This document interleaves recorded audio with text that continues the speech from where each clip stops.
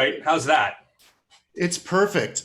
Hey man, it's the medium is the message here. It doesn't have to look good, but that's all that counts. But you look great. How was your walk?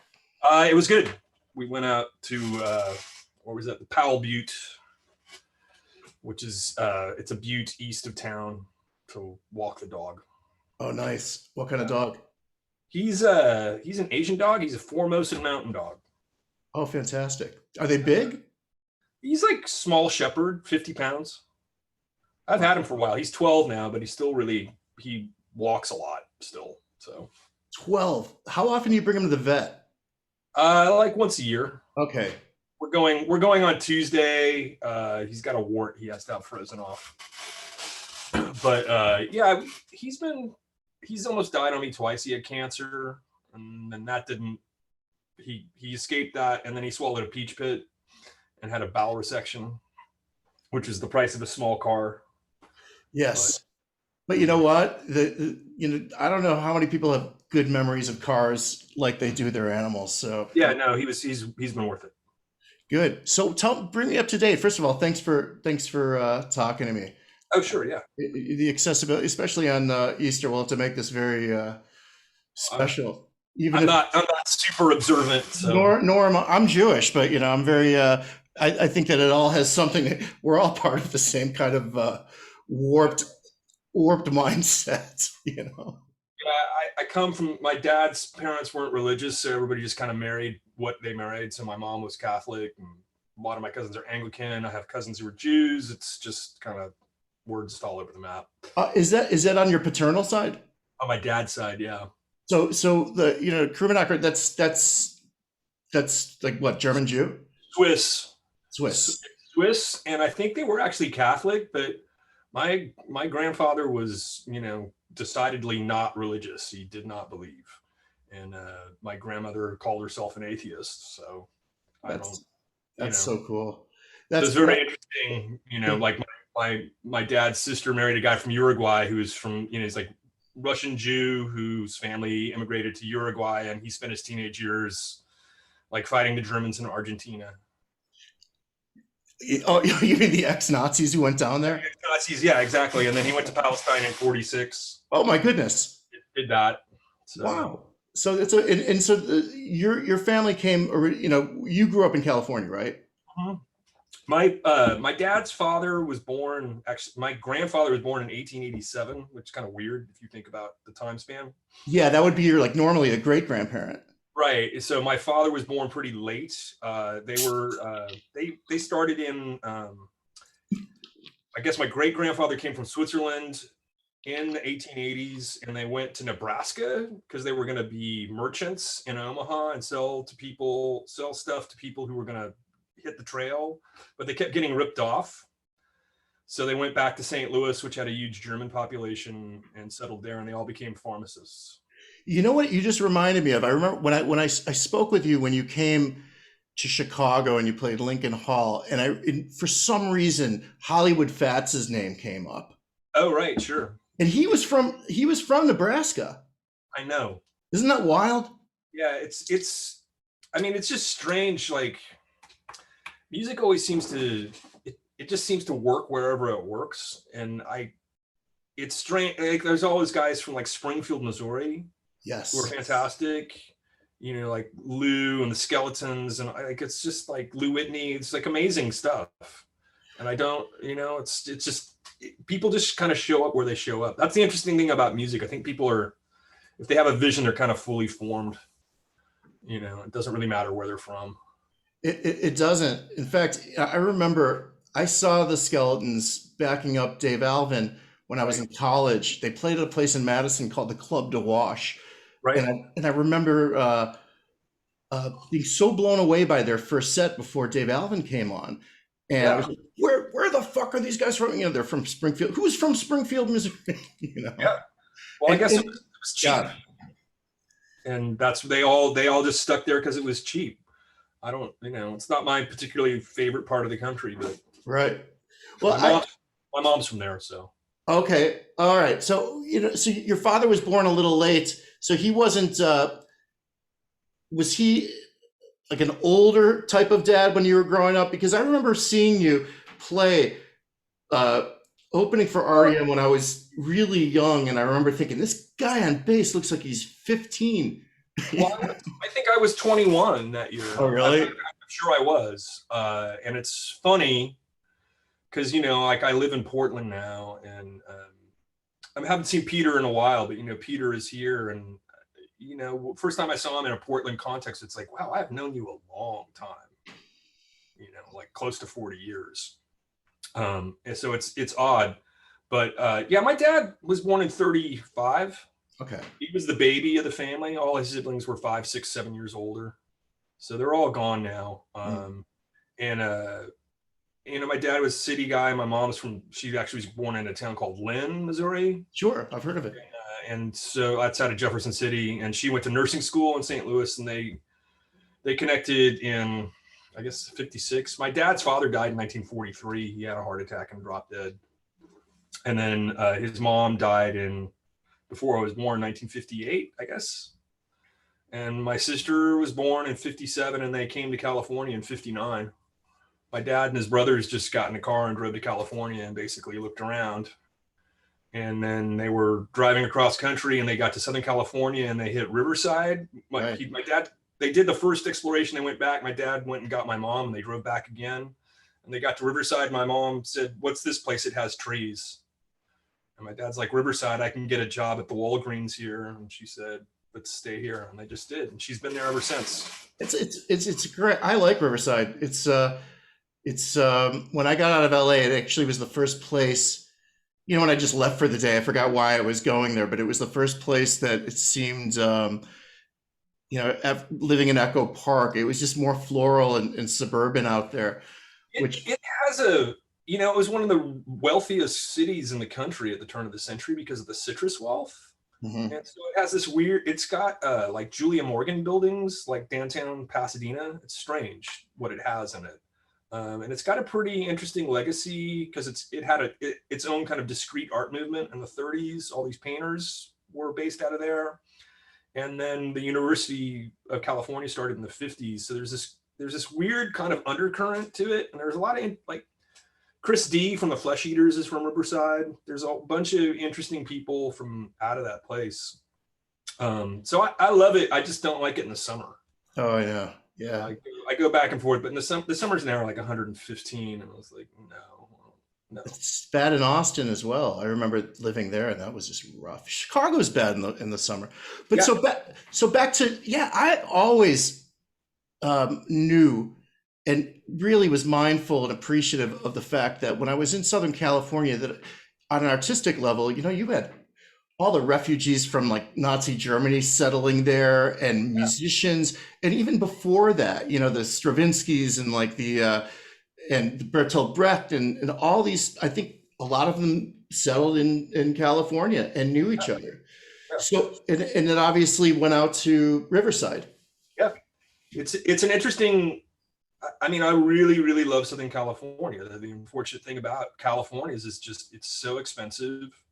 And, you know, I've worked corporate jobs, and I would really prefer to kind of just stay as a freelancer, and I can do that here. Mm-hmm. Even kind of COVID, I've been able to eke it out this year, and I'm hopeful that I can kind of keep it because, you know, to do what I do and have a W-2 is difficult, you know. Like, how are you doing emotionally? It's been a rough year. You know, we had last year was slated to be a pretty blockbuster year for me, and it all just kind of fell apart.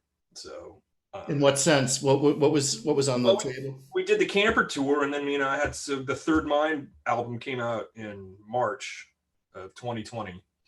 And so I was going to do this tour, and it was the live band we'd assembled was Dave Alvin, me, Michael Jerome from Richard Thompson's band.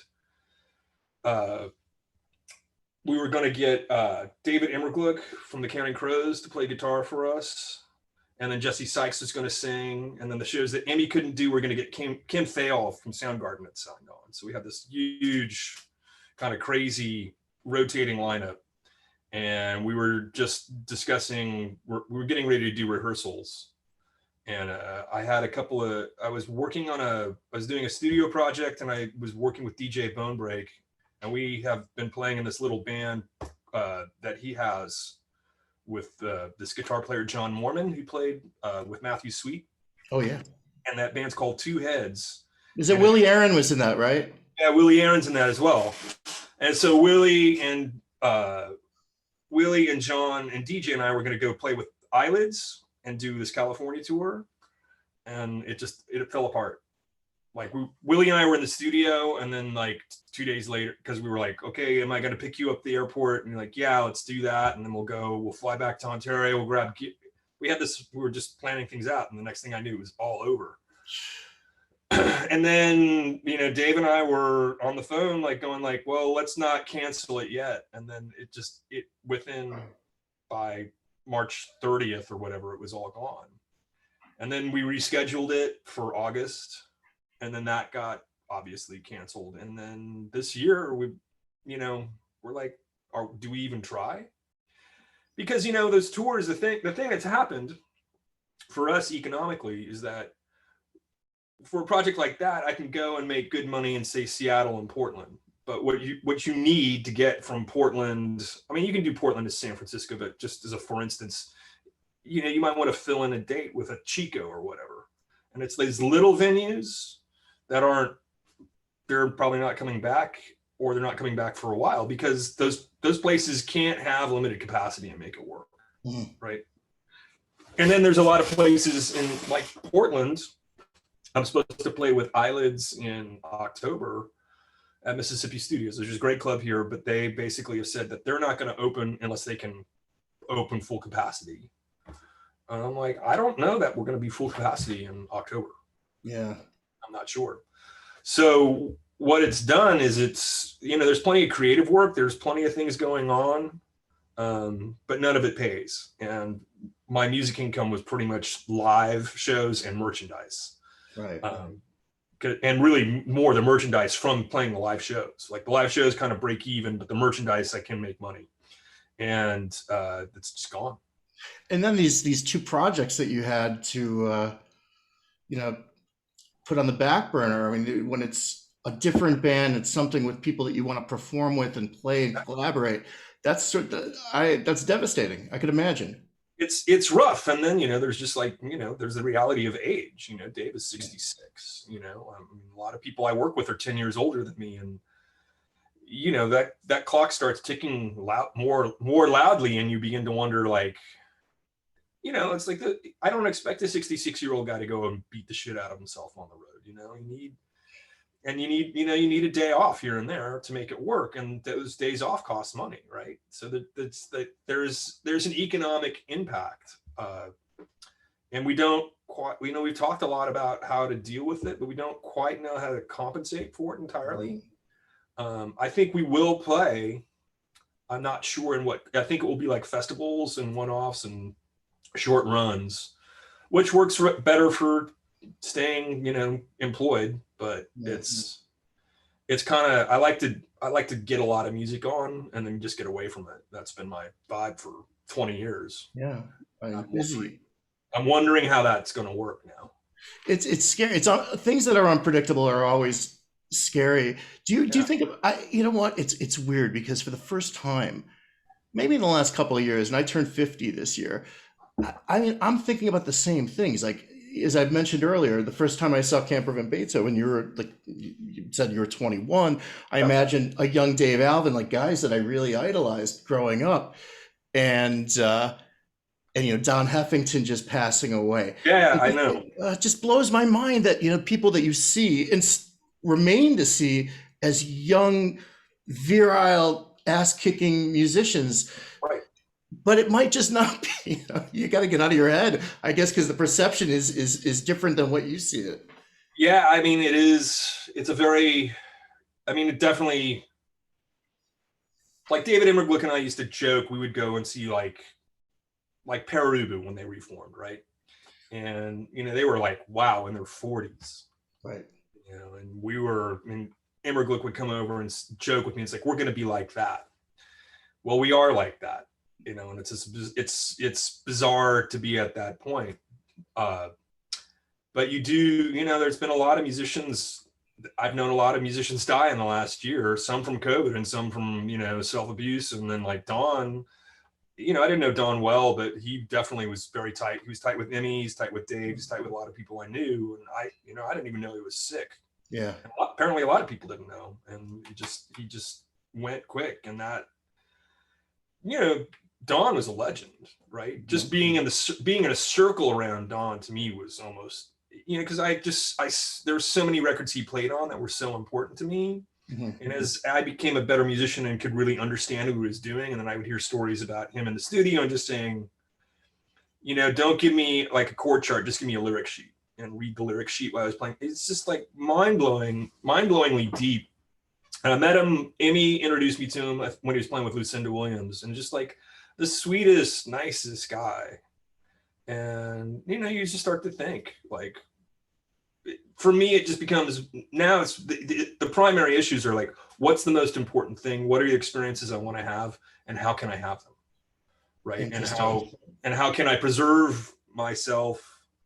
You know, it's like, I ran hot for a long time and I'm not right now. I'm just, COVID was a good year to kind of recalibrate and rethink, but it's going to be interesting getting back into it, you know? And you inevitably will. Was there a point where you went from, okay, being a young man in a rock band that sort of fulfills you to an extent of just being part of something young, living in Southern California while some kind of cool scene is emerging? I for a long time, I didn't know that I Was So Wasted was a Black Flag song. You know, Right, sure. I had to rediscover it or discover it via you guys. But when I first heard, like when I first started listening closely and heard you playing as a very unique bass player, it was on Aya Fatima, where I was like, wow, the bass is so it's so prominent here, and it's really kind of like leading the tune in so many ways. Was there a point when you started to think, I want to evolve into something else than just? Yeah, well, so, you know, Camper was well, first of all, it's like I grew up, I came of age at like the right time. Like I really started seeing shows about 79 or so. So, you know, it's like the Clash and the Jam. And I was really like, that was what I liked to listen to. And then that stuff all kind of, you know, as I got deeper into the scene and the LA scene and like X and Black Flag and the Germs and all these other bands that I saw, what began to happen was my taste began to kind of deepen. And like, I really got into things like The Fall pretty early, like Slate's era. So I mean, I was like 16. And so my taste was always a little left of center. And then when I, like, Camper just had this really organic sound, and there were so many people involved in, I mean, the problem with Camper was that there were so many people who were so talented in the band that there was this kind of volatility to it, like a natural volatility, because you know, young men are super competitive and we were very competitive, and everybody had, you know, I was around people with just remarkably good ears who, you know, they're like Greg and Dave. Like David's a master songwriter, Greg is an astoundingly like underrated lead guitar player. Jonathan, it's completely hyperactive mind.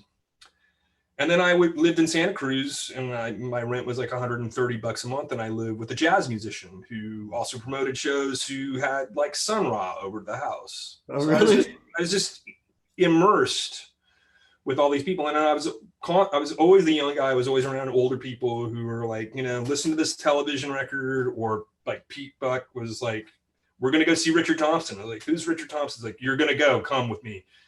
So I just got immersed in that. So I think there was a point, I mean, because that's all I wanted to do was play music. And there was a point probably around 87 or so where I'd been playing long enough that things were congealing. And that's, you know, that was the advent of like Monks of Doom and all these other things. Cause like Camper wasn't enough for my brain, basically. And that, you know, I don't know if that was a wise choice or not now in retrospect, because it added so much tension, but it's just, I have all these, I just interpret the world musically. I always have. It's an interior monologue, and I don't, for good or for bad, I just crawl into my own head and observe the world musically. That's Well, you wouldn't be you if you were that other guy who was just kind of, yeah. what are the changes, you know? And so, I mean, what in this long continuum, just because I've been playing music for a long time, and something happened in the last. Well, I think it was part of it was getting out of the Bay Area and being back down in LA. But it really started to happen before that. I just in the Bay Area for a long time I had the solo band, which was again all of these great musicians, a lot of them who had played in like country bands or like real R&B. Like I was the bass player for like Shuggy Otis, for instance, or stuff Really? like that. Yes, and they were just the people I knew, and that's who I was playing with. And I started being around a lot of players. And I didn't really like Immerglück left in the 90s. And when he left the Counting Crows, he really existed as a session musician at a point in time where he really could make money doing it. Yeah. And I was probably good enough to do it, but I didn't really have the confidence, or even I couldn't even think about it. I was still kind of too immersed in this idea of being part of the scene. Yeah. But in the last scene or the band, right, or being in a like there's kind of band mentality, and then there's like musician mentality, and they're different. It's a really different situation, and bands are really kind of a pain in the ass. And I just got to a point where I wanted to play with more people, and so that's kind of how the Dave thing happened. Like Third Mind happened, but I played bass for M Ward and Eyelids, and Two Heads with DJ, and it's just there's all these things, and they're not like huge commitments, but they're great musicians. We played with like DJ and I have known each other for 30 something years, and we'd never played, and finally we're on stage and it's like, wow, you're good. He's like, you're good too. He's fantastic, man. Yeah, he's astounding. And that's kind of like what floats my boat right now. And it's interesting because nobody's really making a living, right? Like Willie Aron's a good example of somebody who's got, he does music for commercials and films, and he's got his irons in a different fire, but he loves to play. And I've been on this weird improv project with him, which is just the most fun, because we work with this guy John Cruth, who's an old friend, and John will just be reading poetry, and then he'll like quote an Elvis song, and then Willie will start playing the Elvis song, and I'm in this place where all of these really interesting, cool, creative associations are happening, totally based on kind of being around for a long time, and that's very rewarding, But it's not, I don't know. It's like, sometimes I feel like we're like the last warriors, right? We're like the last true believers in being musicians. Well, yeah, it's especially when all the predecessors and the people that you really looked up to are fading into modern memory, and here you are like, oh, I'm supposed to be the leader right now in a sense, of this thing that I enlisted in a long time ago, and I'm sure that's difficult. It's so funny though. It's like when I see Willie calling me, I think I hope I have a half hour, because I just want to talk to him for a half hour or 40 minutes, because it's just I didn't realize until I met him. I was like, oh my God, I had a balancing act on one of those Radio Tokyo 3 compilation albums. I was like, Willie, my brother. Yeah. But I understand, but I also am very interested in how people persevere in times like this, because it's difficult, and you're going to have to get through it. It was really interesting. So I sold my house in San Francisco. I was living, I rented a place in Joshua Tree for a period of time, and then I went on tour. Early last year, and then I was basically staying with my mom, right? And I was like, when I'm done touring with Dave, I'm gonna pack up Southern California. I'm gonna try Portland for a while. And we'll buy a house up here, and if I don't like it, I'll flip it. Whatever, that's the basic plan. And I wound up, and I freelance graphic design, and I had a regular client that paid me pretty well, and then a bunch of little jobs would come in around that, and between that I had pretty good living. Between that and music, it's like, wow, it's not rich, but like $75,000-$80,000 a year, like very comfortable, right? and it really evaporated in about 2 weeks time. Mm-hmm. And I was sitting there, and I got a little money in the bank, but I'm not like pulling in any money. And I lost like 3 months of work with Dave. And, I'm not sure how much I would have made, but I'm sure I would have made something. And, freelance work dried up because everybody's out of the office. Nobody, it just dropped off a cliff. And yeah, listen, I was unemployed. I've been unemployed, but thanks to our socialist government, they've been good to me. So I intend on giving something back. Unemployment, I got a PPP loan for the small business side of me, and I got unemployment for a different, before I could get the PPP loan, and that that got me through the summer and into the fall, and so I'm grateful to the socialists for sure. Yes.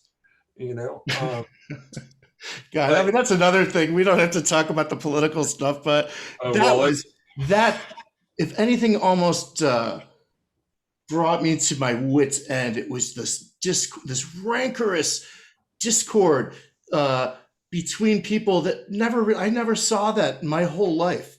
And also in the context, the rancorous discord in context of the pandemic, right? Yes. And my parents were medical, right? I come from a fairly medical background. Was your father a doctor? My father was a pharmacist. Wow. And we have many family friends who are doctors and pharmacists. My mom was a nurse practitioner. My sister's a nurse. Two of my cousins are doctors. My cousins are either doctors, pharmacists, or lawyers. I'm the weirdo, And so it's been not too late. Yeah, I think it might be too late, but you learned how to be a computer. I learned how to do. I've learned WordPress and Creative Suite and all sorts of fun things. Right. Maybe I can learn brain surgery as a last. But yeah, it was hard. What happened really was I just started writing because I didn't know what to do. And Michael Jerome, who drummed in the Third Mind, was equally like out of work, and Richard Thompson's not doing anything, and he's got 3 or 4 kind of steady gigs, and it all dropped off a cliff for him. Is this a drummer? Yeah. The black guy? Yeah, he's been playing for Richard for 20 years. He's astounding. Oh my goodness gracious. He might have played with John Cale too. He was in John Cale's band, yes. Okay, because I met him, and I worked with John on a documentary that I had made. Right. But his first of all, just a great looking guy. His posture, he's kind of like you. You got good posture, just like he's just he's the best. Yeah, he's the best person. Swedish guy, amazing drummer, amazing. Yeah. Oh, so that's who you were talking about. Yeah. So Michael wound up. He's like, I need to figure out how to record myself, and I'm like, well, I'm writing stuff. He's like, just send it to me as you write it. So I started writing songs, and I would just send them to Michael. And at first he was like playing hand drums in his living room, right? Like recording on like GarageBand, and we'd get really weird files back. But I've been working with this guy, Bruce Kappen, for years. The steel player? Yeah, the steel player. Oh, he's a great engineer, great engineer. And he's super meticulous. And he's like, look, there's all this filtration software, even if there's background noise, I can filter these tracks. And we can use them as triggers for like drum samples. He's like, there's so many ways to skin this cat. And I was like, if you're game to, because, we worked on several records and we'd had some tension between us, just kind of creative based.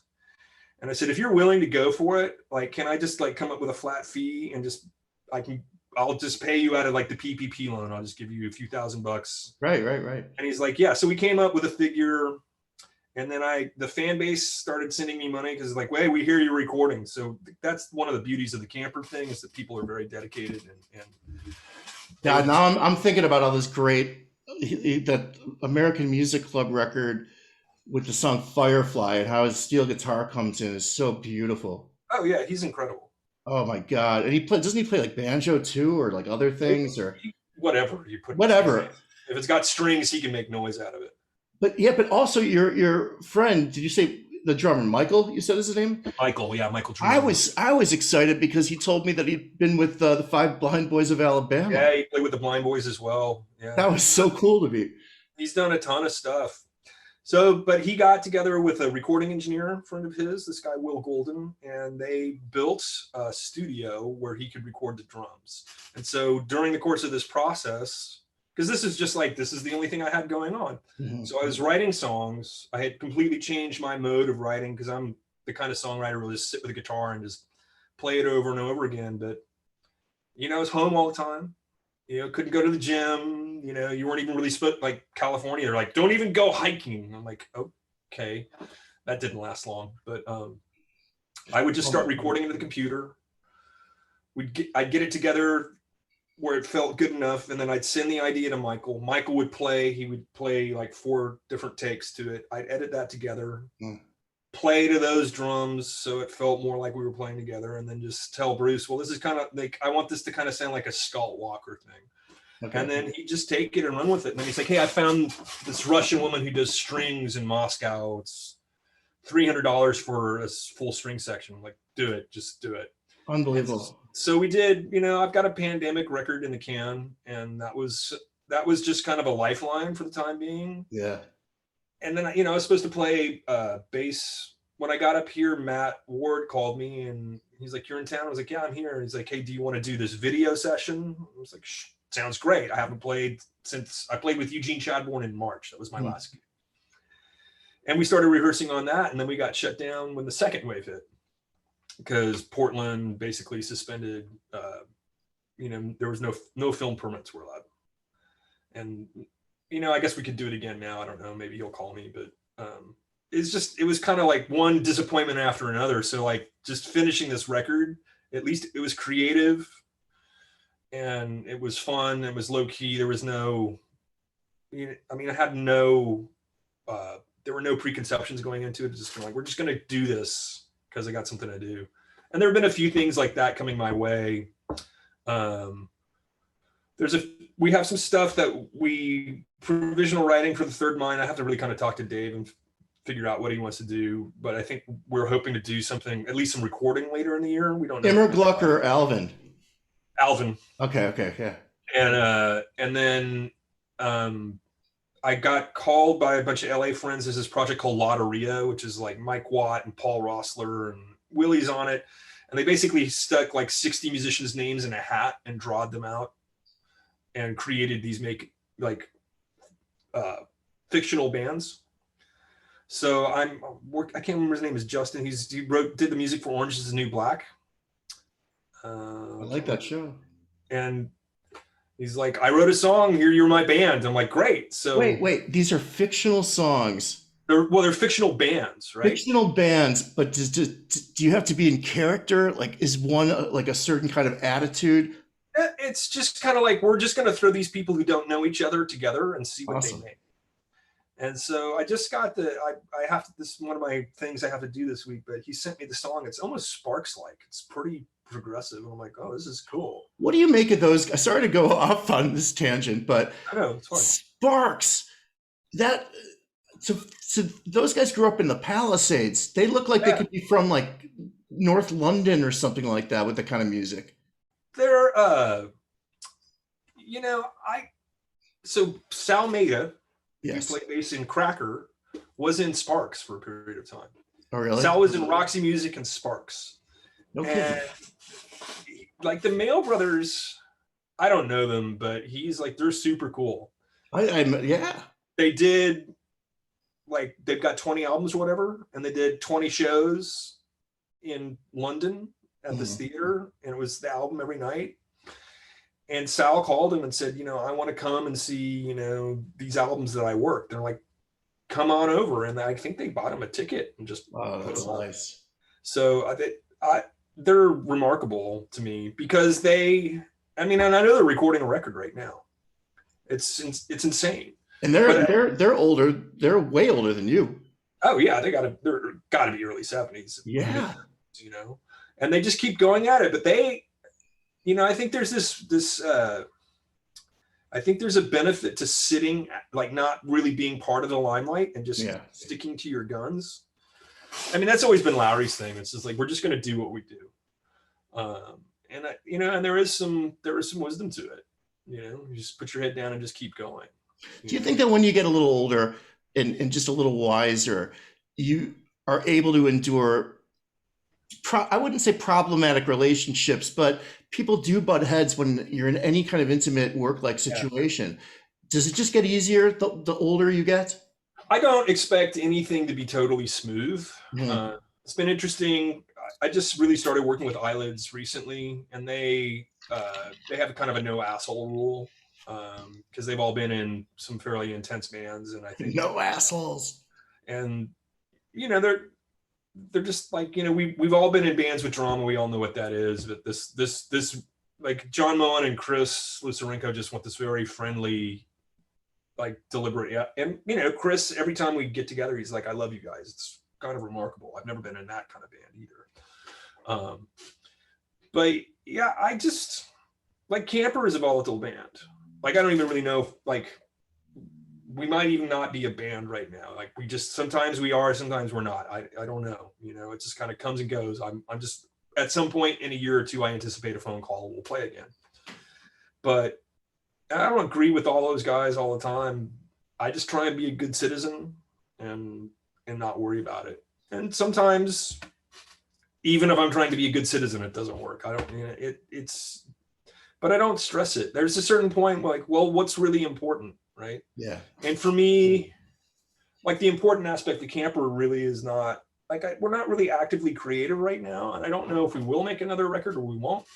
I think there's a chance we will.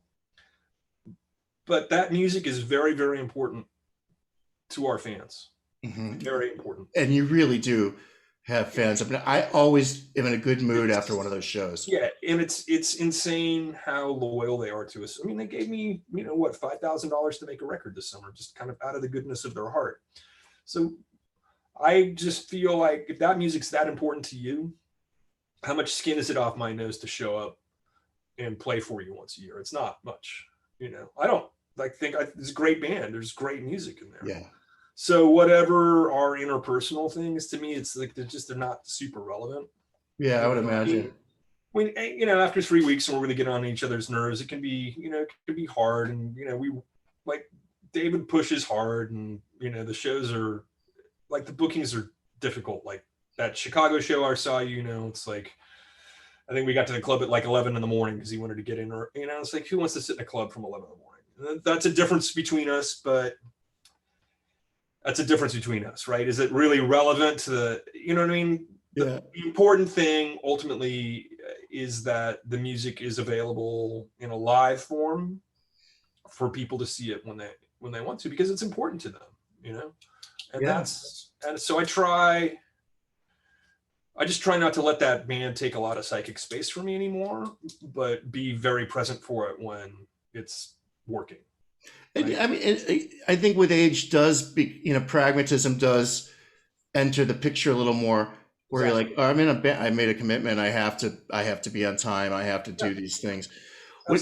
Were you a, did you start out just as a guitar player that moved to bass, or were you just a bass? I was a bass player first. I learned how to play guitar gradually over the years, because oftentimes in a situation, I know great lead guitar players, like across the board. I know some of the greatest. Immerglück is one of them. Yeah, some of the greatest lead guitar players, I think, in action on the planet happen to be friends of mine, which is nice. But sometimes there's just not the rhythm work or the finger style work that I want. Mm-hmm. So I learned how to do that. I wouldn't call myself a lead guitar player, but I can do pretty competent acoustic fingerstyle guitar, and I can play rhythm guitar pretty well now. Just because there's a big place in my heart for, like, the Lou Reed, John Lennon, Joe Strummer, just drive the song kind of thing. Mm-hmm. You know, it's something that Lowry's really good at. There's a certain kind of, just to be nitpicky, like, David's very dense. Sometimes I like it less dense. There's just this very particular trip in rhythm guitar that I like. And it was hard to find somebody to do it. So I was like, I'm just going to figure out how to do that. But then you've always been pretty mobile up and down the neck. Yeah, the bass is a weird thing. Like, I just picked up the bass and could play it. I have no understanding, but, like, within 3 months of picking it up, I could play it. Mm-hmm. And I worked really hard. I would sit and watch other bands with better bass players. You know, David Lowery had a band called Box of Laughs that he played bass in, and David's quite a good bass player, and I would just sit and watch him. Really? until I could play better than he could, you know. And I just did that. I just did that over and over. I go watch musicians play.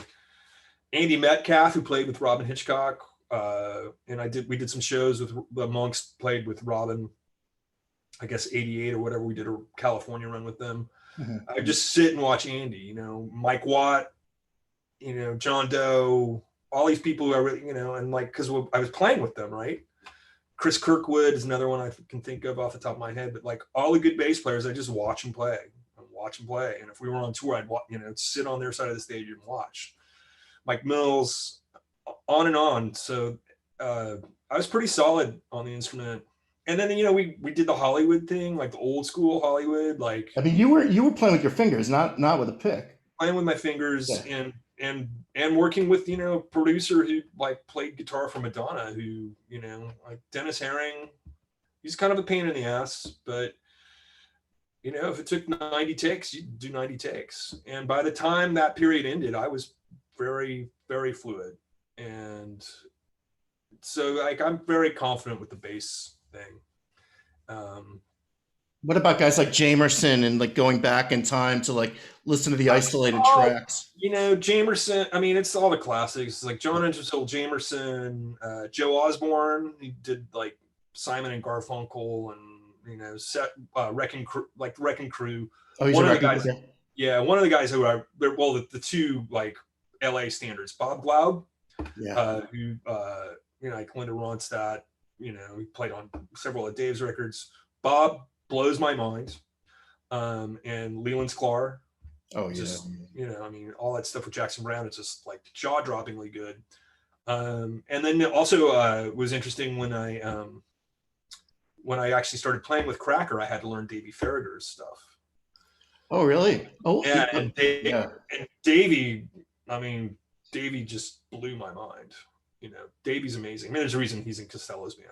I mean, the stuff he did with his brothers on those. Yeah. Oh my God! Like in the 70s. Yeah. His funk stuff is astounding. So I just I was exposed to a lot of good players and just wanted to be, you know, considered. Not even, you know, I don't really care where I am on the ladder. I just want to be considered as, you know, competent and good. And you know, I feel pretty good about it now.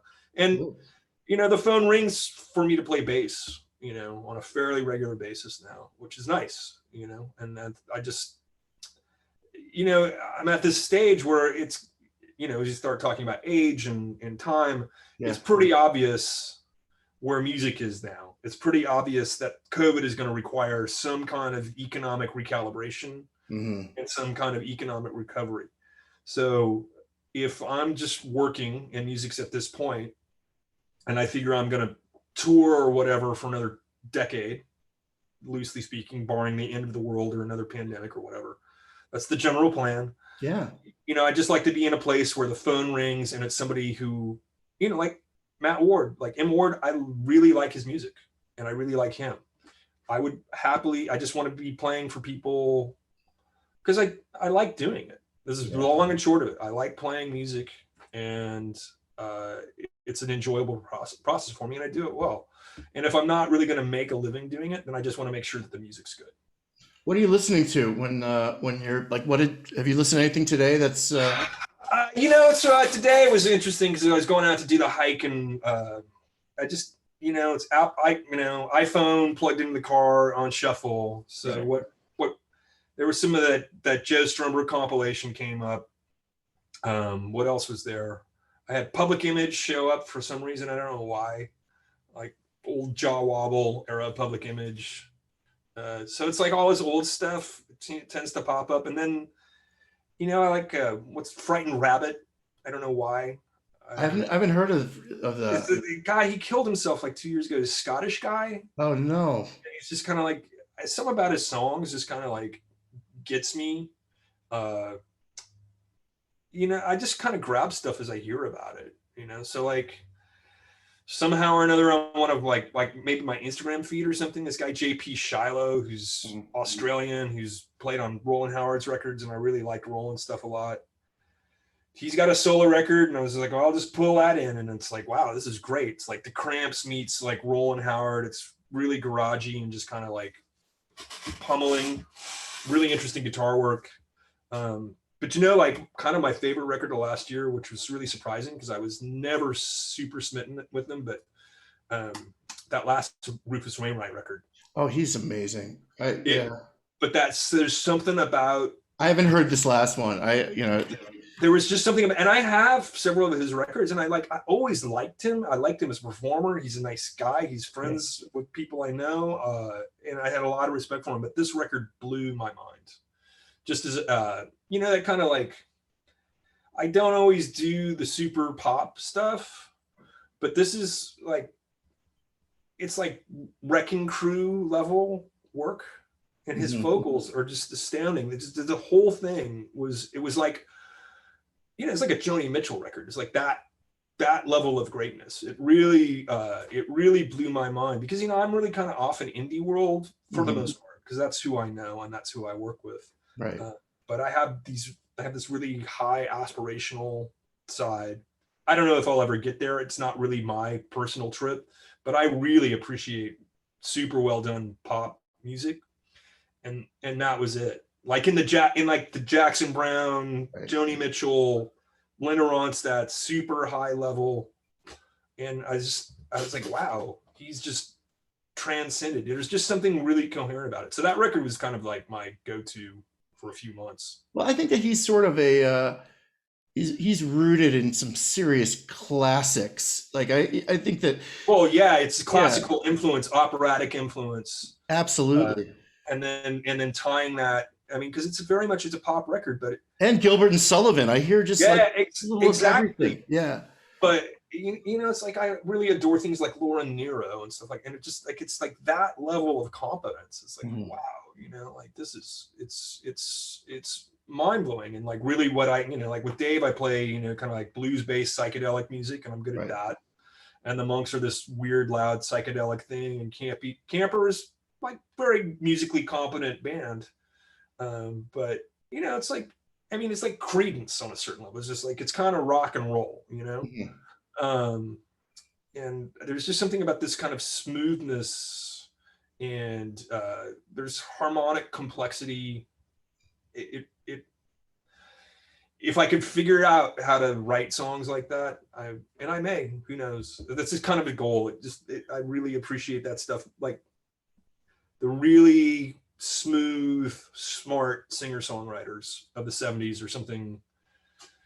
If I can get there before I'm 70, I'll do it. You could get there by next year. Just start writing. Yeah, maybe. Just take out your iPhone and just hit record all day. Well, but for me, like the things that I can do well, like my kind of writing, there's like certain, I use a lot of alternate tunings, and there's just these kind of modes I like going into. And I mean, I'm a pretty good songwriter, but I'm really in kind of like the folk realm, or like it's this folk indie realm. That's really, it's kind of like, I don't even know if like if comfort level works. It's what happens when I just start sitting around and dicking around on a guitar and start working. Do you think it's because you could perceive any of these songs as being performed live? So do you think in terms of, sometimes, although this last batch of songs was nothing I really was concerned with playing live. It's just, things just like, there's stuff that I really gravitate towards, like really, really gravitate towards. And a lot of it's this strange juxtaposition between kind of folk music and white noise. That's the best way I can explain it. And so things come out a certain way. I like noise. I like noise as a texture a lot. And so I'm always trying to do things like the recordings I've done for the last 4 or 5 years. There's often like, like a guitar loop underneath it that's just kind of like a harmonic texture, or the guitars are tuned really weirdly. I like weird harmonic structure. And, like Sonic Youth is a good example. You tune a guitar in a certain way, it's got a certain personality, and you're going to go in a certain way. So maybe you could probably do what should have been done with that amazing 70s singer-songwriter stuff instead of where it did go in the 80s, Well, that's what I want. That's actually, you kind of bring up, like, that's kind of, I think maybe that's the goal, but what's interesting is a lot of like Rufus is a piano-based writer. I think there's like what really needs to happen is I need to get away from guitars and need to gravitate towards keyboards and see what it takes me. That's interesting, but on a bass, it's you're probably hitting notes on that and going in other territories that you might be more not as fluid on guitar. I mean, I've never heard you play guitar, but maybe I mean. Yeah. Well, yeah, I mean, on some of this last stuff, I did actually start writing with the bass, and that's an interesting instrument to write with. Where I find the bass has a lot of power is just kind of leading the harmonic territory. So basically, you could have a song in a certain key, and you just play around the key, right? And that's what that's why, like, when the Eyelids asked me to play with them, they're a very pop band. Mm-hmm. And they really lean on the vocal melodies, and it just gives me like, I can just hear 5 ways to go in my head that work around the vocal melody, so. But here's the deal. It's like, if you weren't striving to do any of this stuff, you wouldn't be getting through this time. You know what I mean? It's like you're pushing yourself. No. I mean, what a rough year. And I mean, a lot of what I was grappling with, with this solo stuff, just like lyrically, subject matter wise, was, it was interesting because like a lot of my writing, it's because, like my solo work has just been, I've always made money playing music, but had a day job. So I took the money that I made playing music and then just, I do these solo records that sold, I sell 1,000 copies of the Camper Fan bass. Mm-hmm. But they're just like kind of, it's personal diary stuff. Or just like, I got divorced, I'm going to write about this. And I just do these records, and they're just kind of like the records I want to make because I can afford to do it. And I'm very, I don't really worry about marketing to them too much. That can frustrate the people I work with sometimes, but it's comfortable, right? I can do these really nice records really at a really high recording level because technology has allowed us to do all this stuff. Mm-hmm. And it's just, it means a lot to me artistically, and I really enjoy the process of doing it. And the music business drives me crazy, and because I have had the luxury of being able to do other things that make me money, this has always been this thing. But what I'm trying to say is that a lot of that stuff has just been like interior as things were happening in my life. Sure. And what happened this year was that it wasn't about me anymore. It was about kind of what was going on and trying to figure out ways of writing about it without it being like, fully dystopian, right? Yeah. Just kind of like emotionally cognizant of where the planet was at. But COVID was rough. Like my best friend lost her mother, her cousin, and her aunt to this. I have another friend who lost her mother. I was friends with a lot of people who were really tight with John Prine. Oh yeah. And what's his name? Producer Hal Wilner. Oh yeah. Hal was really good friends with many people I knew. He was loved. Beloved. And so a pretty good friend of mine was his sound engineer at Saturday Night Live for years, and did the Marianne Faithfull records and all. He was the recording engineer on that. I think it's devastating for them. Yeah, it's and Hal and Sean both died on my birthday, which a year ago. That's right. Wow. Which was just like it was just bad time, and so. Plus, it's not nice it's not fun to see people you care about so sad. Yeah. No, and then just it's just so much kind of like death and destruction, and then just like watching people I knew. This guy Matt, who's a bass player, Matt Harris, played for the Posies, and he just died, and it was basically self-abuse, and I think he just kind of shut down when COVID happened. He played with Alex Chilton too, right? Yeah, I believe he did. Oh. Yeah. And like he lost himself because he lost his living, right? Yeah. So, and I don't think we're quite done, and so it's been tough. And then also older musicians I know, people who I've known for, like Scott McCoy is a good guy who I've known forever, who is like my neighbor, and he had a stroke, a few years back, pretty well publicized, but it's like, he doesn't want to go outside. Right. You know, and so, yeah, it's a pretty bizarre time. And, Yeah. you know, musicians especially are kind of vulnerable, right? And so I've had a lot of compassion. You know, I was lucky, like work started coming back for me in the fall.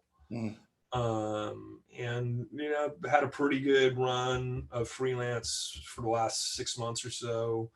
Mortgages paid, things were reasonable. Dog's alive. Dog's alive, exactly. Your mom's okay, right? My mom's 87 and Wow. fine, you know, but yeah, other people I know, people I know who basically are road dogs who are like, what have you been doing? It's like, I've been in my basement for a year.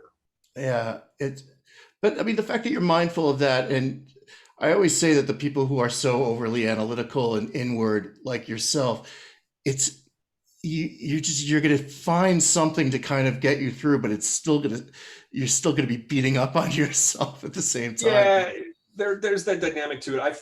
You know, it's interesting because it's like I haven't lived on my own ever. I've always had a housemate or a partner or whatever, or lived with family.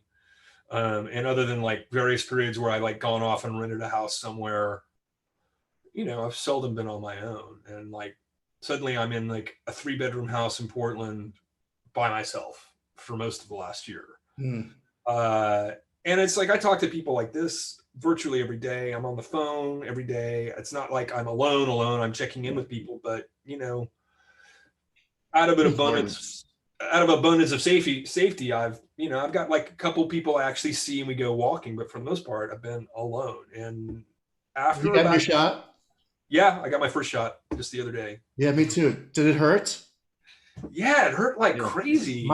Afterwards it hurt. I still have my thing on. Yeah, I was stunned at like how sore I was, because I've had a few inoculations in my life, and I was like, wow, that is gnarly. And I guess what the thing is that the T cells go immediately, so your arm becomes inflamed because it's such an intense infection. And I was really tired, like racked out tired. I actually had a rehearsal with Eyelids on Thursday evening in the backyard. And I was like, man, I can't get out of bed. Practically. Yeah. Okay. So I'm not alone on this. Yeah. I've been tired and depressed. Yeah. Super spacey and tired. Like really wild. But my mom is 87, had this, you know, she had the Pfizer shot too. And she's like, I don't feel a thing. I know. It's great. That whole generation, they don't like pain pills. They don't like anything, you know, they just get, what's that? She's, well, you know, when I was a kid, she's like, that's not a big enough cut to go to the emergency room. We'll just stitch it here. You know, because she was a nurse. She was like, we're not taking you to the emergency room right now.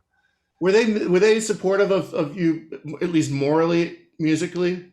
My family's always been pretty supportive. I think they were not happy with, you know, I do come from, you know, they're upper middle class, lawyers, doctors, whatever, and they knew like, you're not going to have an easy time. And I didn't necessarily have an easy time, but it was just what I was going to do. I don't know, you know, I mean, I'm at an age where I think about it. You know, my parents got divorced when I was about 10. Okay. And I spent a lot of time, you know, that was the last period of time where I was really pretty off on my own. Because, you know, it's like the divorced kid dynamic, and we moved, didn't know a lot of people, kind of left the friend group. And, you know, I really gravitated towards music. Right. And so like there's this kind of psychological pattern with me that's really established. And so, yeah, it was interesting because I was always driven towards it, and I think they knew it was going to happen, but I think they were really hoping I would like pull a rabbit out of the hat. But I didn't have to really get a day job until I was 31 or whatever. Yeah, that's amazing. Like, well, what do I do? And I have one thing was my stepfather was an engineer, and he did, you know, he did like warehouse designs. You know, he was structural engineer, and I learned how to draft. And so when I went to San Francisco City College, I'm like, well, what skills have you had? It's like, well, I worked as a draftsman once when I was 19. And that was like physically, it wasn't like on a CAD. Oh yeah, like like not CAD, like physical drafting, like T-square, you know, angles and draftsman. Like, yeah, and she's like, you can do like a 3/4 view. Like, yeah, I could do it now if you want me to. And she's like, you should be a graphic designer. okay.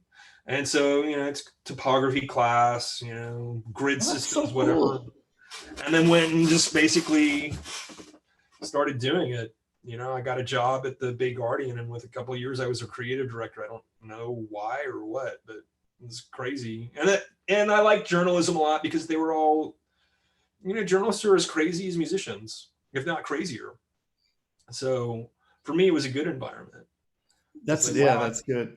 I'm not the only insane person in the world. Like, because I really only existed in a musical context until I was about 31. And it's so funny what you think even at 31.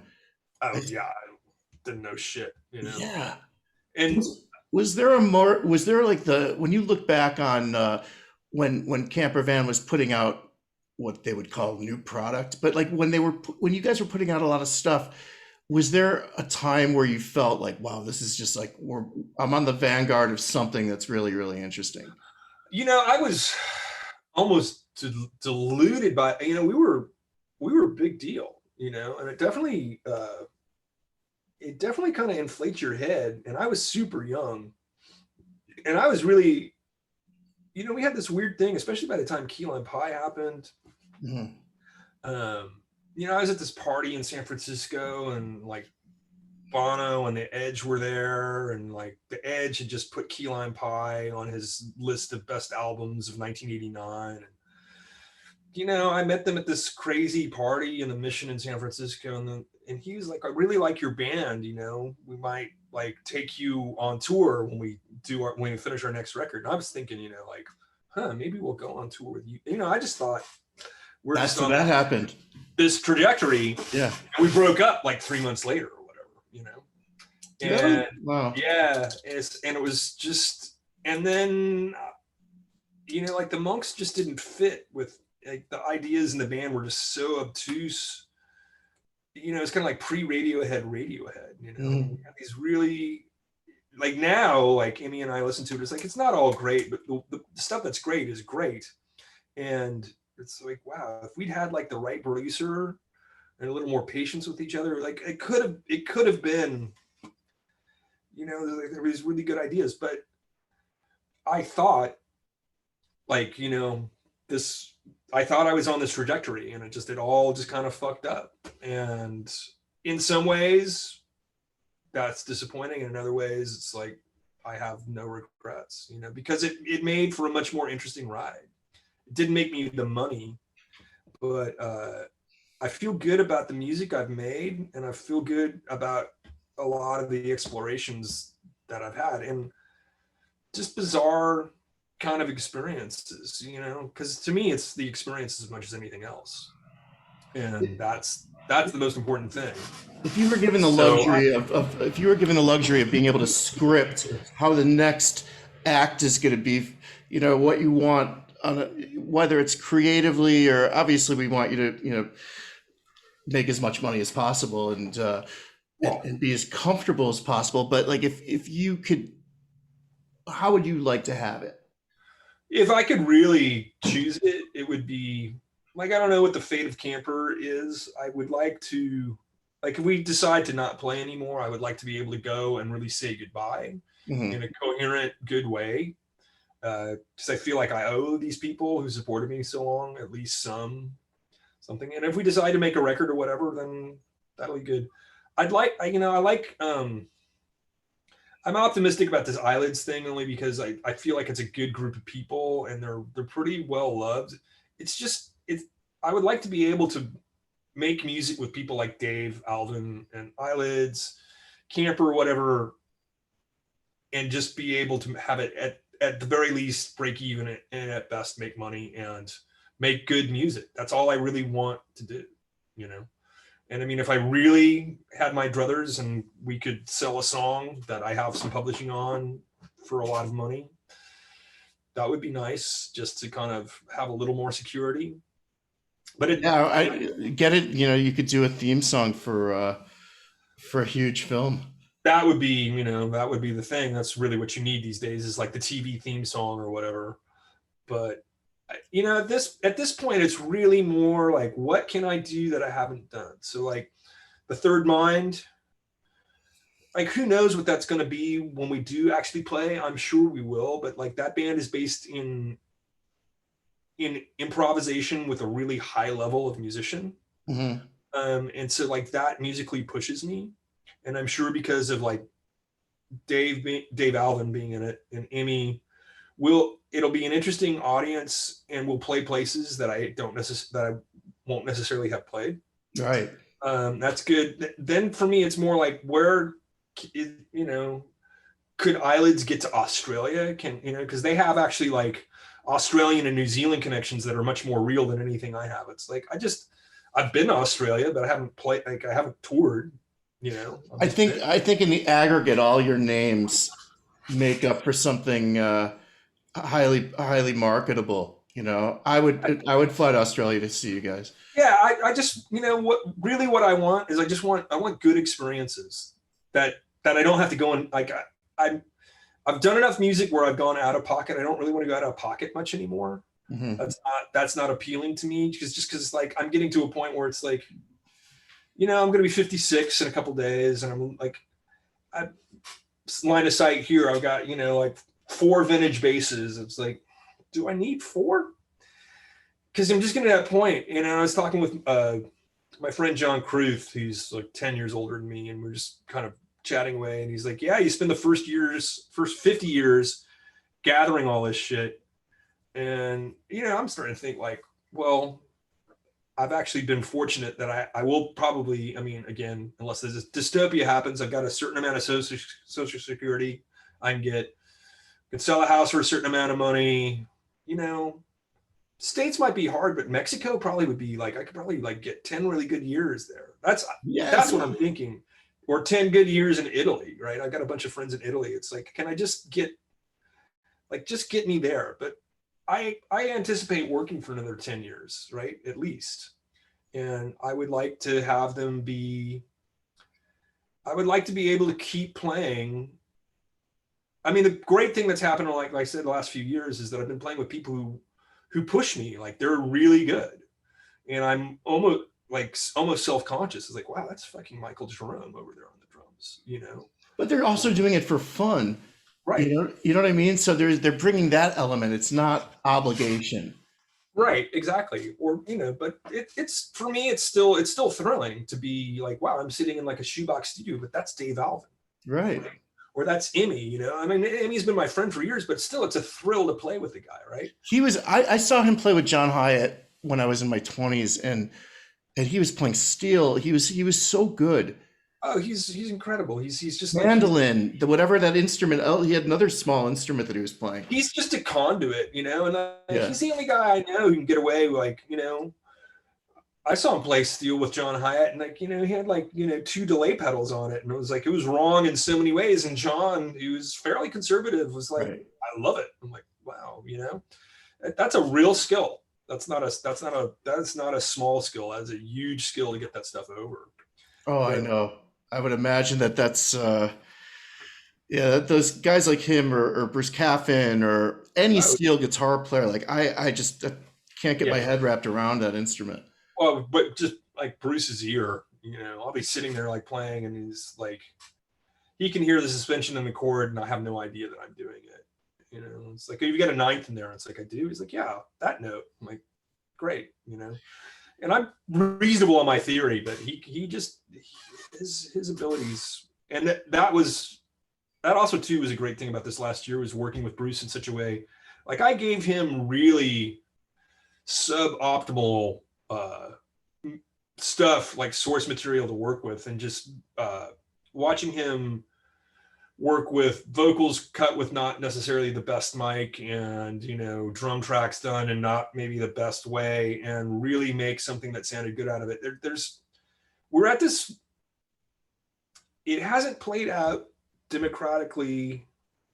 Well, no, it has played out democratically really well, but it hasn't played out economically very well for musicians. But we're at this very democratic juncture because of the kind of economic slump in the industry and technology. And so it's a really interesting time. So I am working with Pete, like Pete Buck's supposed to produce this stuff that we're doing with Eyelids. I'm working with people who I grew up respecting on a fairly regular basis, and that feels good. It's a little weird that it's not. I mean, if we'd been doing it 25 years ago, it'd be like, big deal, but it's not. Big right? deal. And with records and promotions and all this shit. Right. And so we're just at this place, but I feel, well, I mean, I cast my die. I bet my chips. This is what I do. So if we're going to do it, and I have this access and these abilities, we're going to, like I said, the rule is like not to lose money, but not, making money, great. As long as I'm not losing money and I'm making the best art possible. Yeah. That's great. Maybe this period of dissonance will be like that weird middle eight, as they say in songs, or the bridge, and then it'll get back to such a cool consonance, I don't think music's going away. It's just like it's really, the culture is going to have to make a decision as to how important it is to it. And I think what will be interesting post-COVID is that as things start to come back, people are going to have to make a decision about what they want in their lives culturally, and how much they're going to pay for it. And we may like kind of by default wind up with this interesting kind of hybridized European system. I just see this as a potential where we have like subsidized performing arts centers or whatever, just because, we may have concerts starting to come back, but in like 2 years time, 3 years time, when people are really kind of comfortable going out again and feel like they're not going to die. And, as the economics shake out, they're going to have to make a determination about what they want to see. And I think we may have, I hate to see like rock and roll be relegated to kind of like the San Francisco Jazz Center kind of performing arts thing. Cause I think the grit and the volume are all part of, and the liquor. In the bar, not that I'm drinking, but how's your health? Are you exercising and getting out there?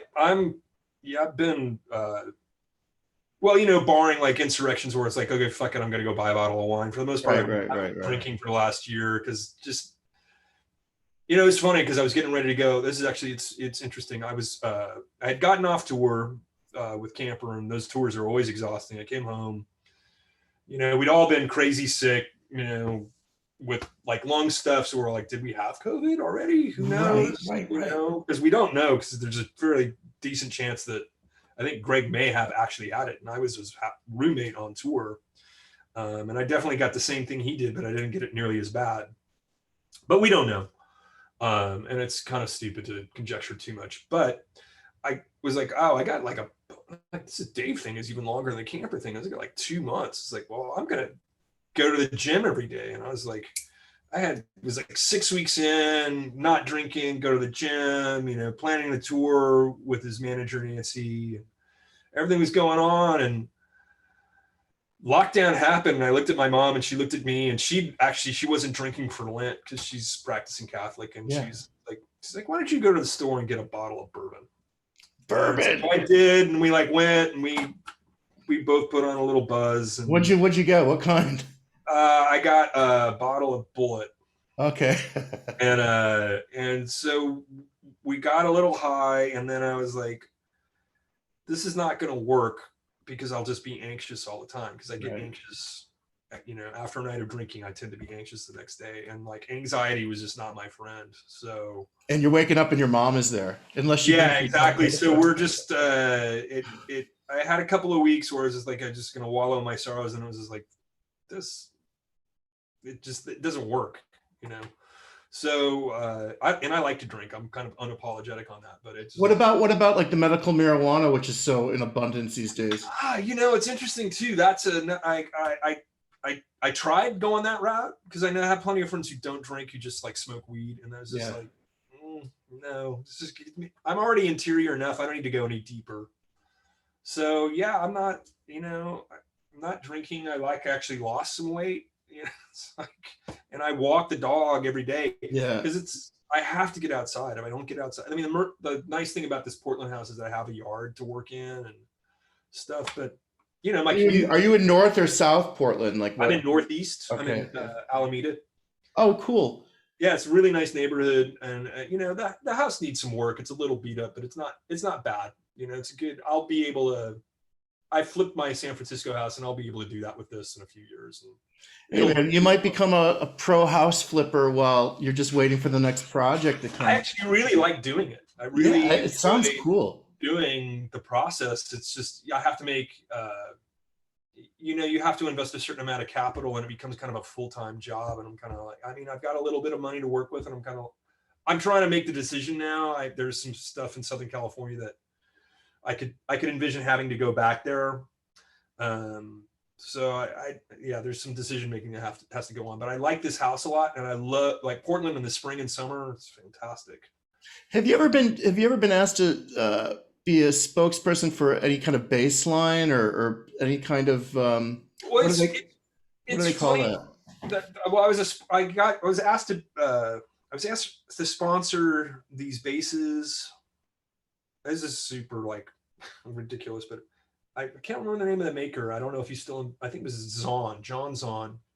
And like he made these incredible basses. They were like incredible players, but they didn't look right. Mm. And he was just like, I'll just give it to you. And I'm like, dude, this thing I mean, it played like $1 million and it sounded great, but it just didn't look right. And I was like It looked like you should be in Toto and not like Camper Van or something. yeah, Like that. and I was like, look, John, like this is a really nice instrument, and like this is no knock against your aesthetics or craftsmanship, but like it doesn't work with my aesthetics. Right. You know, I'm an old, like I have all these old Fenders, and that's, you know, and I've played a precision bass for the most part since I was a kid, and I've had a bunch of them. Some I've sold and regretted it. Some, you know, some I gave one away. Like I gave the old camper bass to our old drummer Frank Finaro when he left Camper and Cracker. You know, had an arm injury and he wasn't sure he could play drums anymore. Mm. So he's like, I want a bass, and I was like, I have this black bass that I use for all the old Camper records and all the old Monks records, and it weighs like way too much, and it's just like a bear. I'll just fix it up and give it to you. So he's got that old bass. And then there were a couple that were great that I sold for money. Mm-hmm. But I've got two really good old ones and a good road bass. And it's like, what more do I need? You know? How many do you bring on the road when you travel? Just one. Oh, cool. You know, I got a road bass. It's got, you know, I have an extra pickup in it so I can kind of fuck around and make a little extra noise. But I'm really like, I like to be like Bob Glob's the great model, and Bob mostly plays a P bass. I have a few other things when I do a recording session, so I can have some different sounds. We get like a short scale bass, so I can kind of do the Wyman or more like country sound. And I have a Rickenbacker, so I can get pretty authentic mid-period psychedelic Paul McCartney. And strangely, that Rickenbacker is a great reggae bass. Is it really? It is. It's completely not. You can go completely like Jaw Wobble, Subsonic, Aston Family Man Barrett. It's crazy. Well, what with the Sly and Robbie stuff? What is I he? I think that was like a jazz bass. Right. I think so. Like all those guys mostly had like Fenders, P basses, and jazz basses. But you know, all the guys I really admired growing up, you know, Paul Simonon and John Doe, and like Bruce Foxton, Colin Moulding, most of them had P basses. You know? John Doe is really, he makes it look so easy, but he's so in the pocket. John's amazing. He'll play like an R&B type of tune, and like he's I mean, you talk about like not even a rated bass player. People are like, oh, he's underrated. He's not rated. Yeah, he's like, yeah, he doesn't show up, but like you know, John does all this chordal stuff in X, and it's like, when I've been in lighter bands where there's less density, that's a great trick. That's Mike Mills too. Like that's what I always loved about Mike, because you know our aim were essentially a 3-piece, right? You know, until he brought Scott or like Ken Stringfellow in, or I guess it was Peter Holzapfel was the first part of the 5-piece. But he's another unbelievable songwriter. Oh, Peter Holzapfel. Yeah, and also like, you know, guy with a day job who, you know, I saw him and I was like, you know, doesn't have any hair, and I was like, I didn't recognize him, and I was like, man, I saw like the DBs play like the best version, I forget what it was, See No Evil. I used to play this television song. Right. And, and REM used to play, a lot of people I know used to play it, but the DBs did the best non-television version of television I ever saw. It's there. They played. I just found a show on. I was at this show in London because I went abroad to study, and they played. It was they billed themselves as Bingo Handjob, and it was Peter Holsapple. Oh, yeah.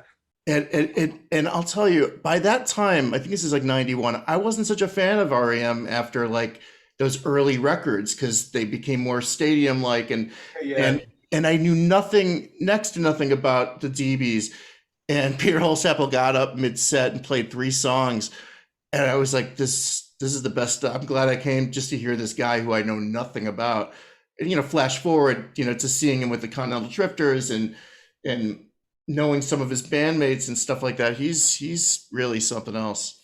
Yeah, he was great. I really liked the DBs a lot. Like that, a lot of that Mitch Easter produced stuff was pretty influential on me. Some of those early Game Theory records are really important to me as well. And I always liked Scott a lot. He was part of my regular scene in San Francisco for a long time. So you lived there mostly, San Francisco. That was your home base for quite a long time. I left Southern California in '83. Camper had already started, but I went to UC Santa Cruz, which was where David was, and where we restarted the band there. And then I was in Santa Cruz or LA, just depending on the band, until '89 when we had the earthquake. And then my house was yellow tagged when the earthquake happened. Right. And so I came back after tour and grabbed my stuff and threw it in a truck and drove it to San Francisco. And I moved into a really bad neighborhood with friends. And then basically, other than I wound up working in New York for long periods of time when I was working with Condé Nast. But I would just I just leave and go live in a corporate apartment. Right. Not exactly romantic. It's kind of awful in Midtown, but so it was San Francisco or New York for 20 something years. And then I just, I got divorced, and San Francisco is a small town, and like my musical scene was pretty small, and I was just like, I gotta go. It's just time to go. And I miss some of my friends quite a bit, but the Bay Area is just not the Bay Area I came to. It really has changed profoundly. And that's what people say about Portland too. It's like, but I wasn't here for all that change. Right. Portland is what it is now, and Southern California, I adore it, but I do hate it in the summer. I gotta say, like, I just don't enjoy that level of heat for that long.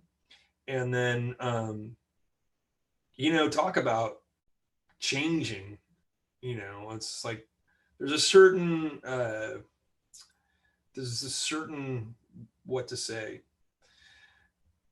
there's a Brazilian word for it. It's like saudade or whatever, which is like a certain like kind of existential sadness that goes when you're looking up at like these mountains and you're going like, I used to run around in the woods there. And I have way too much of that. It's an affliction. Like missing old people, like being overly nostalgic. But at the same time, that's what makes you a musician, because it's that romance. And what I would love really is to be in Portland most of the year and just Southern California in the winter when I really, really love it, and just balance it out. And I really like my LA musician friends. They're just the best, but LA is just such a pain in the ass, And you got to drive a lot. Yeah. And just kind of like for day-to-day existence, like this is just easier, it's cheaper and it's easier. And that's kind of what had got me up here. And I mean, I know a lot of great musicians here. There's great stuff that happens in Portland with great musicians. It's a different thing. Like the LA people I know, because it's LA, it's just a different, like they're different people. And they, like here, it's just very indie, right? And like I was saying, I'm not entirely like an indie person. Plus, you also were like, you came out of the closet like as a young guy in a rock scene, which is like I couldn't have imagined that being the easiest thing, or maybe it was. That scene was pretty gay friendly, but it was just a weird time because it was pre like HIV medication. there's just like a lot of stigma, Right. you know, but I was in San Francisco, so it was just not, you know, my family were great. That whole thing was good. The hard thing for me was just like when I was back in LA, you know, I was used to being in San Francisco or the Bay Area, where it's just kind of like, I'm just who I am. And like, you know, I'm just my freaky self, but oh, I'm like in suburban Los Angeles. I'm not in a metro center. And like the gay scene was just like, oh, God, you know, and like Portland's just like a freak flag, you know, it's just like, I'm in the best way. Oh yeah. I'm just I'm in like rainbow flag, like, you know, all the multicultural signs. Right. I mean, it's almost too woke for my taste because I'm just a little, you know, I never, like, for years in San Francisco, I lived in like the Excelsior, which is not exactly a, you know, it's like old Italian Latino neighborhood. But I mean, I was in San Francisco, so it's like I could get to the Mission or the Castro. Really sure, easy. Sure. But did you see did you see the Danny Fields documentary where they were? Yeah, it's funny. I know this guy who was his personal assistant for a while. Some weird like thing is like this kid I know who somehow met Danny Fields at a bar, and I think Danny's trying to pick up on him, but that wasn't going to happen. But then Danny's like, I need a personal assistant. He's like, I'll help you. That's hilarious. No, but the reason I brought that up is because I forgot he was an artist, photographer, but he also managed, I think, the Dolls for a very short time. He's the one who was talking about, we never came out to our parents. Like, we never came out. Like, we were just like, this is just us. Why upset them? I thought that was the funniest thing I've ever heard about somebody talking about just like popping the balloon of the whole, you know, act of coming out to your parents, or Danny Fields talking about, you know, I'm not gay so I could be with a fireman, you know, I just want to be around brilliant, beautiful people. You know? Right. Well, yeah, that to me, I mean, that's for my whole thing. Right. I mean, that's my general feeling on it. It's like, I'm not here to be like, I'm not here to fit your relationship norms. I'm not here to have, I don't want children in this world. Like, that's me. Right. I love kids, but like, I don't want to be a dad. I don't want to be a surrogate father. I don't want to be like, I'm not a family values guy. Like, I'm not that guy. Like, I chose this path for a lot of reasons, you know, and it's not that I don't. You definitely have a traditional vibe to you, which is a nice thing. Yeah. I mean, it's like, I believe in a lot of traditional things, but it's like, in as far as who I actually am, that's not me. I don't play that game really. I get really frustrated with there's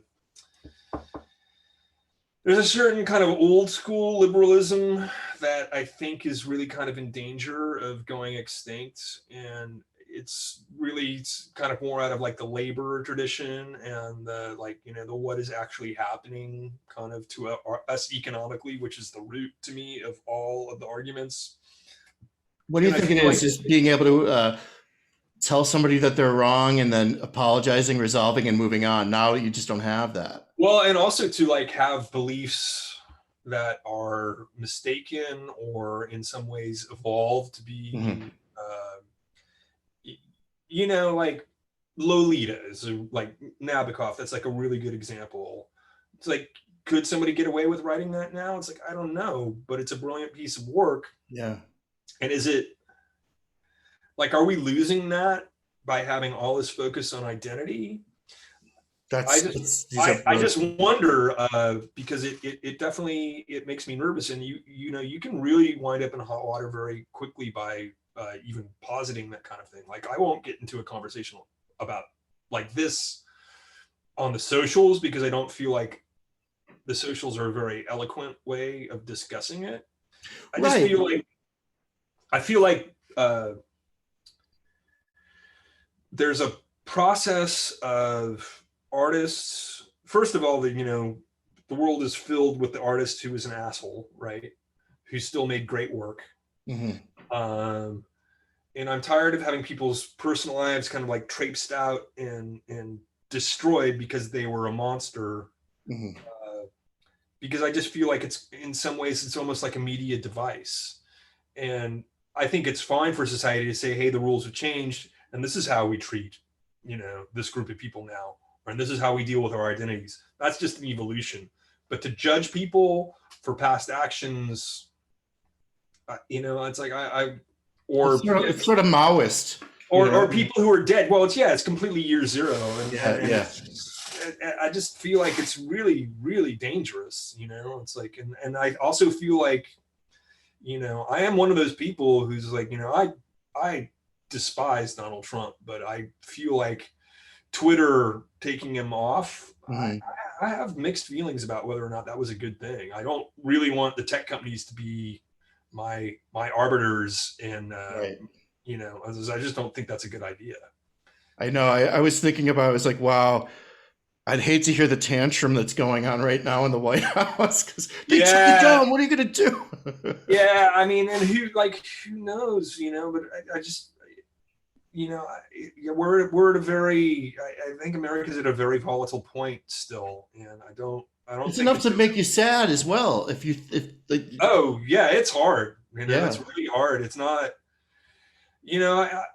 I know a lot of people on, because of my family who are on a more conservative part of the spectrum, who are good, kind, open-minded people, and I think they also feel like like the Republican Party is not anything that they really want to be a part of, or it's changed, and like they feel like, man, do I even have a choice here? It's rough times, and we're so prone to being violent and hyperbolic and not listening to each other and canceling people. It's not good. It's like common ground, and all it really means is that people in positions of power with lots of money can manipulate you. And there's just not an emphasis or a premium on conflict resolution. Just being able to resolve a small conflict. I mean, I have a 9-year-old daughter, and I'm not with her mom anymore, but at the same time, like I don't want to make her kind of affected by that. No one gets a second chance. You're on the shit list, self-shame yourself, Yeah.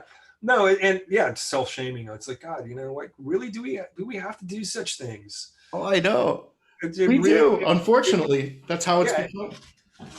I was wrong about my racism. It's like, yeah, you were, and you changed, and and can we forgive people? Like, that's, for me, it's like redemption and forgiveness are a big part of being kind.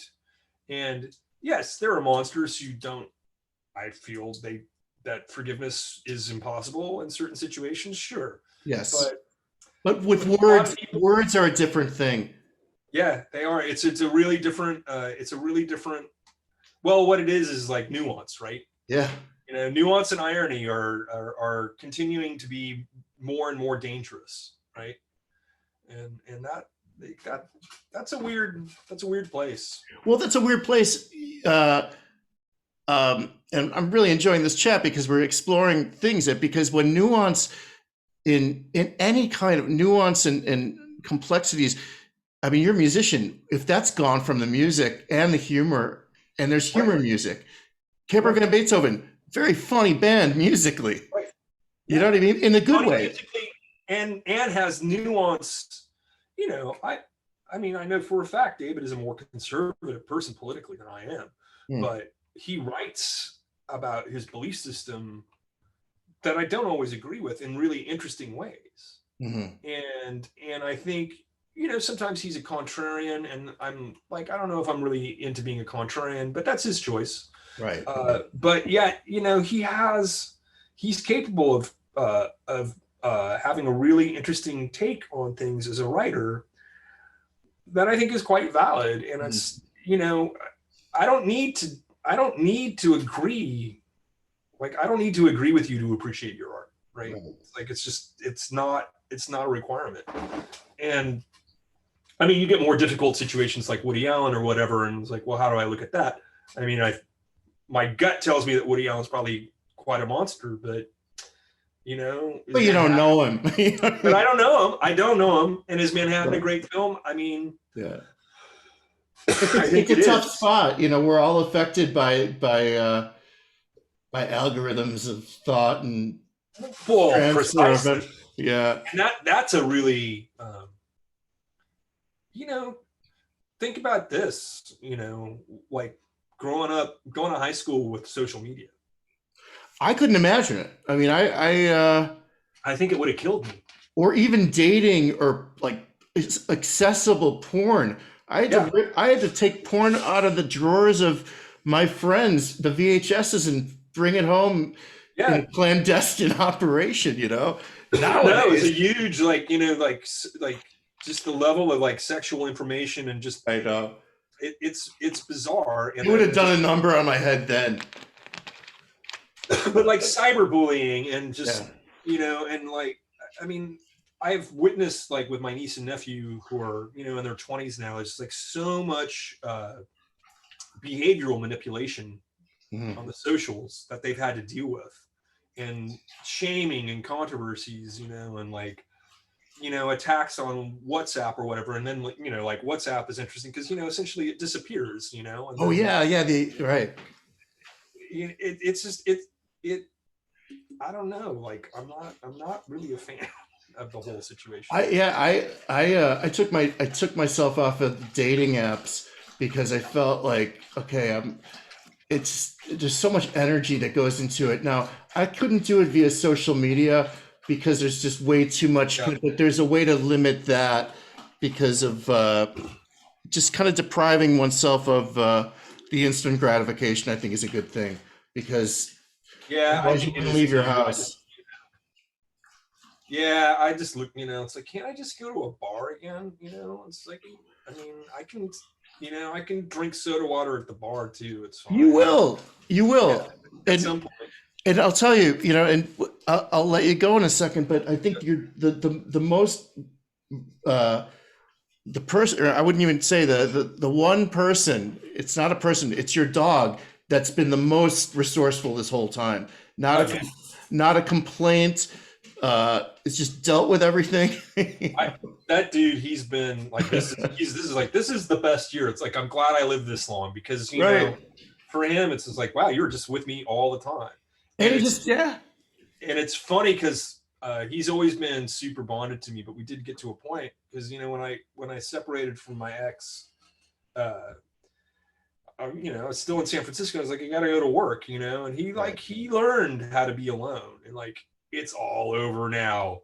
He hasn't been alone in probably 2 years because like when I was on tour before COVID happened, he'd just stay with my mom, who's obviously retired. So like I think his the most he's been alone is maybe 3 hours or 4 hours. I get neurotic. I'm watching a dog right now, my ex-wife's husband's dog, because they took my daughter, they went on a little trip, and I love this dog. It's a greyhound, but I wake up in the morning and I get neurotic thinking like, all right, do I feed it first? How bad does it have to go outside? Yeah. That's one thing I can't get used to. But live with him for a while, you get a rhythm. It's like, okay, it's 7:30, you're gonna go out, you're gonna pee, you're gonna feed you, I'm gonna drink some coffee. Right. We'll lay around for an hour while I check the news, and then like I gotta work at 10, so we'll go for a walk now. He's regular. Well, let's catch up like in 6 months' time. I'll have you back on because I want to hear and listen, man. I'm so honored, and I really admire you and just have been a fan for a long time. And it's a great thrill to talk to you. And it's a real pleasure. I enjoy conversations like this a lot. Good, man. Well, anytime you want to bullshit, I'm available. Right on. I'll check in with you then. All right. Take care. Take care, Victor. Yes, you will. Ciao. Bye.